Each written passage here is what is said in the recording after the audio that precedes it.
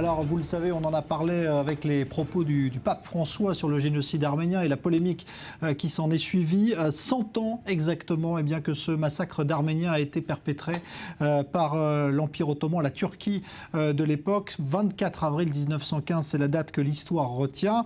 Mais en Israël aussi, des militants s'activent pour obtenir une reconnaissance de ce génocide également en Israël. On va en parler avec notre invitée ce soir, Georgette Avakian. Bonsoir.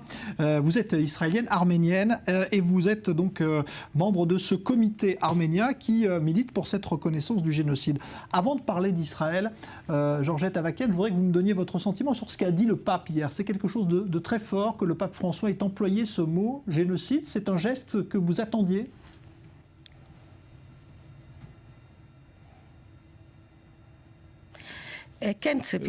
Oui, je m'y suis attendu et après 100 ans, on devait le reconnaître. Et le pape, justement, ce pape, est un homme courageux. Et en tant qu'Arménien, nous le remercions sur ce qu'il a dit hier. Et la reconnaissance du génocide arménien. Mais il n'a pas. Il fait mention du fait que c'était en Turquie, que c'était la Turquie qui avait perpétré ce génocide. Donc c'est pas encore une reconnaissance complète de la part du Vatican pour vous? Oui, et ce n'est pas une reconnaissance complète. Je pense que lui-même, le 24 avril, il ira en Arménie et peut-être qu'il y aura là une reconnaissance complète. Mais le fait même qu'il se rend en Arménie est très significatif pour les Arméniens et très significatif pour tout le monde chrétien, le monde qui jusqu'alors n'a pas reconnu notre génocide. Alors c'est quelque chose, donc ça fait des années que vous militez, vous et d'autres d'ailleurs dans le monde pour la reconnaissance de ce génocide. C'est quelque chose qui représente évidemment une plaie de ne pas avoir ce massacre de plus d'1 million de personnes reconnu comme un génocide. Pourquoi est-ce que c'est un combat aussi important pour vous ?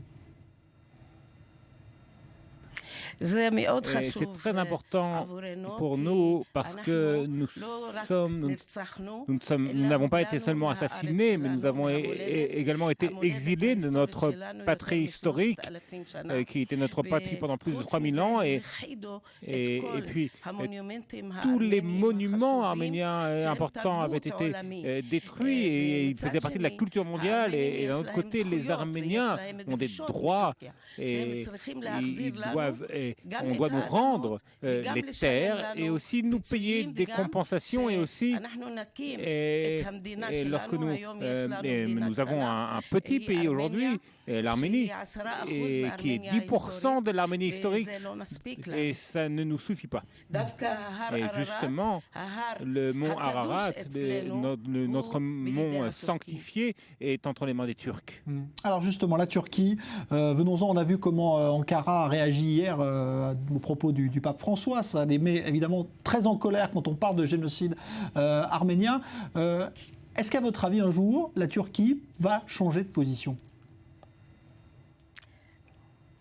Je ne pense pas que la Turquie va changer, tant que les dirigeants actuels dirigent la Turquie, comme Erdogan et d'autres, parce qu'il s'agit de personnes qui ne comprennent pas et qui veulent détruire l'histoire et ne pas dire la vérité.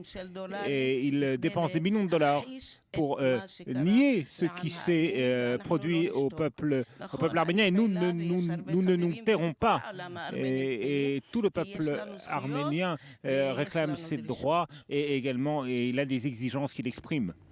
Alors on est en Israël, Georgette Avakian, et vous êtes israélienne aussi, et pour vous, il est important aussi qu'Israël reconnaisse complètement. Jusqu'à présent, il y avait des relations, on va dire, il y a quelques années entre la Turquie et Israël qui n'existent plus aujourd'hui. Donc pour vous, Israël doit franchir le pas aujourd'hui ? Oui, Israël était la première qui aurait dû reconnaître le génocide arménien parce qu'un peuple comme le peuple juif qui a traversé une Shoah terrible et l'exemple d'Hitler était le génocide arménien. Et lorsque en 1939, il a dit qui se souvient des Arméniens aujourd'hui, Israël ne doit pas du tout prendre en considération les Turcs et les intérêts économiques. Et je ne sais pas quoi d'autre. Les intérêts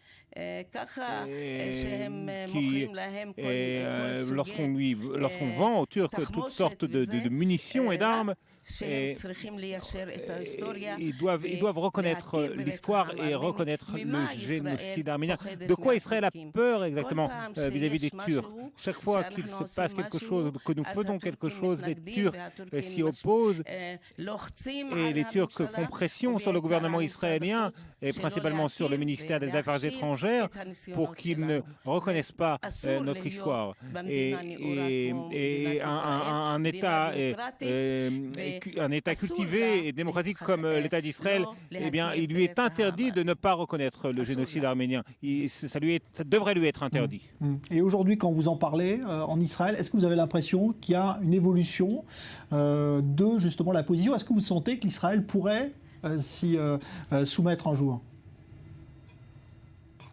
Israël doit reconnaître pleinement d'ailleurs le président de l'État, M. Reuven Rivlin, ça fait 30 ans qu'il travaille avec nous pour que l'État d'Israël reconnaisse le génocide arménien. Mais à mon grand regret, lorsqu'il était aux Nations Unies, il a parlé du génocide des membres du peuple arménien. Il n'a pas utilisé le terme de génocide. Un jour, il m'a dit que si Begin était en vie, eh bien, il aurait reconnu depuis longtemps le génocide. Alors, je lui demande au président Rivlin qu'il fasse la bonne chose et la chose qui se doit d'être faite et qu'il reconnaisse le génocide arménien. En Israël, il y a ce monument, évidemment, ce musée Yad Vashem qui est mondialement connu pour la mémoire des victimes. Qu'est-ce qui est fait pour la mémoire justement des victimes de ce génocide arménien aujourd'hui? Qu'est-ce qui existe? Qu'est-ce qu'on doit faire?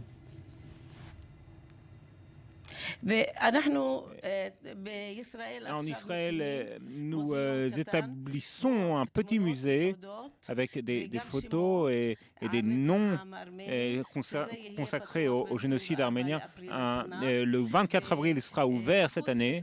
Et à part ça, le patriarcat arménien fait la promotion de l'établissement de ce musée. Nous avons de quoi montrer au monde, et je veux vous dire que de très nombreux Arméniens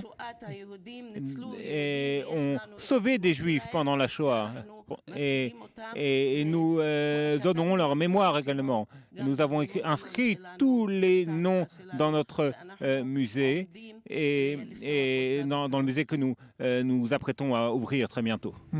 Il nous reste quelques instants, mais pour vous, cette histoire, quand vous en parlez aujourd'hui, qu'est-ce que ça évoque pour vous, ce génocide arménien? Est-ce que vous expliquez comment une telle chose a pu se passer en 1915, donc il y a 100 ans?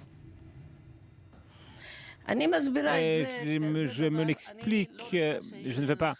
Je veux que le monde cultivé reconnaisse ce qui s'est passé. Et je pense que le génocide arménien était le premier du XXe siècle. Et s'ils avaient pris à l'époque des mesures qu'il fallait, eh bien, je ne pense pas que ce qui se passe aujourd'hui dans le monde se serait passé.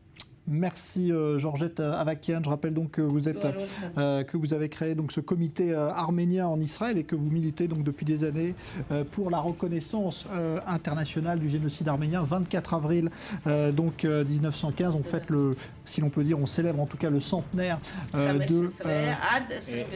jusqu'au 23. Voilà, exactement. Et donc, eh bien, c'est les commémorations qui auront lieu dans le monde et puis sans doute encore beaucoup de discussions et de polémiques avec la Turquie qui refuse toujours donc de reconnaître sa responsabilité dans ce génocide. Merci Georgette Avakian, Shuna Lagaluchun comme on dit en arménien. Merci à vous.